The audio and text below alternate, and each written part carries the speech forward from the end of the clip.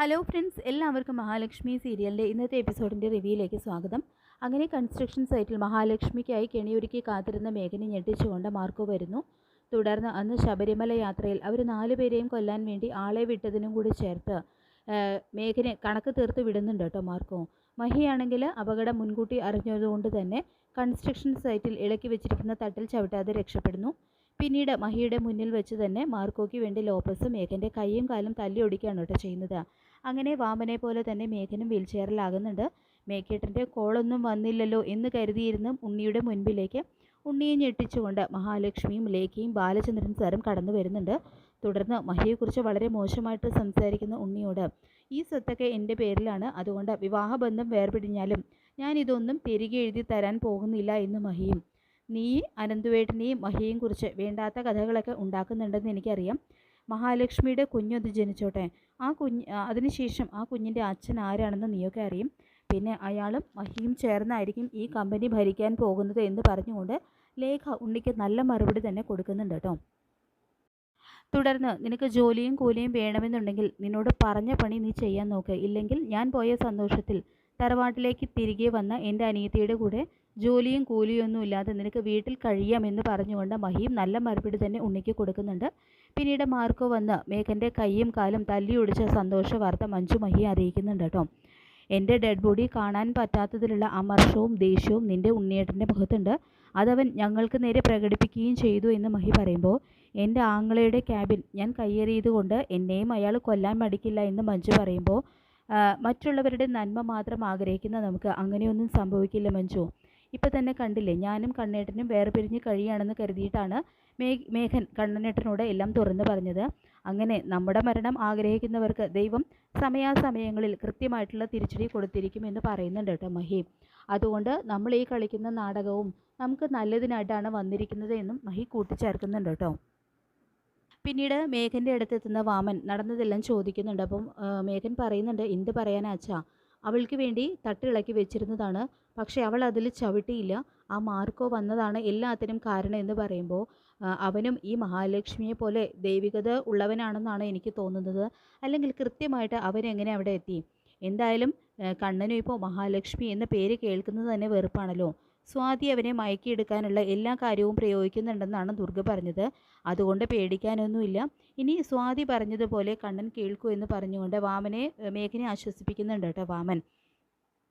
പിന്നീട് മുത്തശ്ശിയാണെങ്കിൽ കരുണയ്ക്ക് കൊടുക്കാനായിട്ട് സ്വന്തം കൈകൊണ്ട് തന്നെ പലഹാരങ്ങളൊക്കെ ഉണ്ടാക്കുന്നു. അപ്പോൾ ഇതേ സമയം മോഹിനി വന്നിട്ട്, അമ്മ എന്തിനാണ് ഇതൊക്കെ ഉണ്ടാക്കുന്നത്? എൻ്റെ മോൾക്കുള്ള പലഹാരങ്ങളൊക്കെ ഞാൻ ഉണ്ടാക്കി തരാമെന്ന് പറയുമ്പോൾ, നീ ഉണ്ടാക്കുന്നതെന്നും എൻ്റെ കുഞ്ഞിന് ഇഷ്ടമല്ല, ഞാൻ ഉണ്ടാക്കുന്നതാണ് കരുണമോൾക്ക് ഇഷ്ടമെന്ന് പറയുന്നുണ്ട് കേട്ടോ മുത്തശ്ശി. എങ്കിലും നിൻ്റെ മോൾക്ക് സ്വത്തിനോടും പണത്തിനോടും ഒക്കെ ഇത്ര ആർത്തി ഉണ്ടെന്ന് ഞങ്ങൾ ആരും കരുതിയില്ല. വീൽ ചെയറിൽ സഞ്ചരിക്കുന്ന ഒരു പാവത്തിനെയല്ലേ അവൾ പറ്റിച്ചിട്ട് പോയത്. എൻ്റെ കരുണമോൾ ഒരിക്കലും ഉണ്ണിയെ മറന്നിട്ട് ഒന്നും ചെയ്യില്ല എന്നെല്ലാം മുത്തശ്ശി മഹിയെക്കുറിച്ച് പറയുമ്പോൾ മോഹിനിക്ക് നാക്ക് ചൊറിഞ്ഞു വരുന്നുണ്ടെങ്കിലും മോഹിനി തൽക്കാലം അടങ്ങുകയാണ് കേട്ടോ ചെയ്യുന്നത്.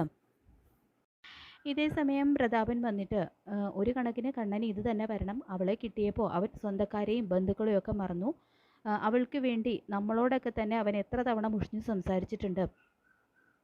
അന്യൻ്റെ കുഞ്ഞിനെ വളർത്താനായിട്ട് ഒരു ആണുങ്ങളും ആഗ്രഹിക്കില്ല.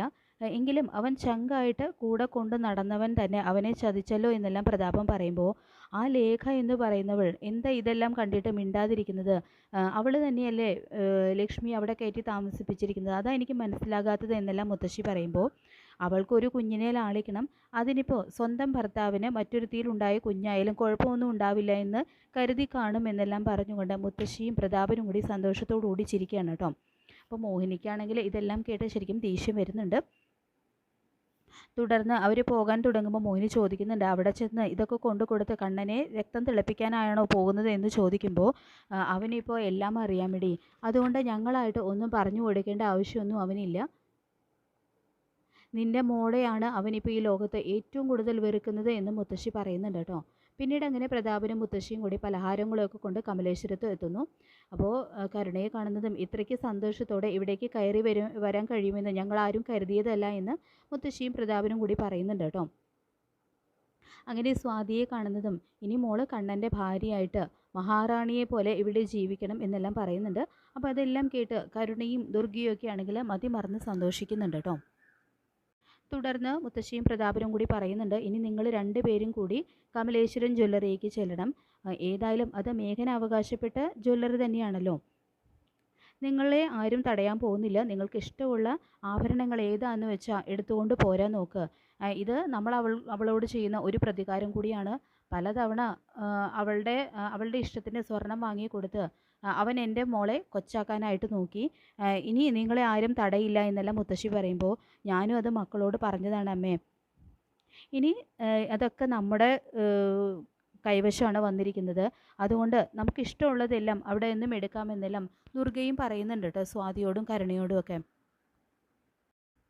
പിന്നീട് മാർക്കോ ലോപ്പസിനോടായിട്ട് പറയുന്നുണ്ട്, ഇപ്പോൾ നമ്മൾ മേഘന് കൊടുത്തതുപോലെ അടുത്ത ഊഴം ആ ഉണ്ണിയുടേതാണ്.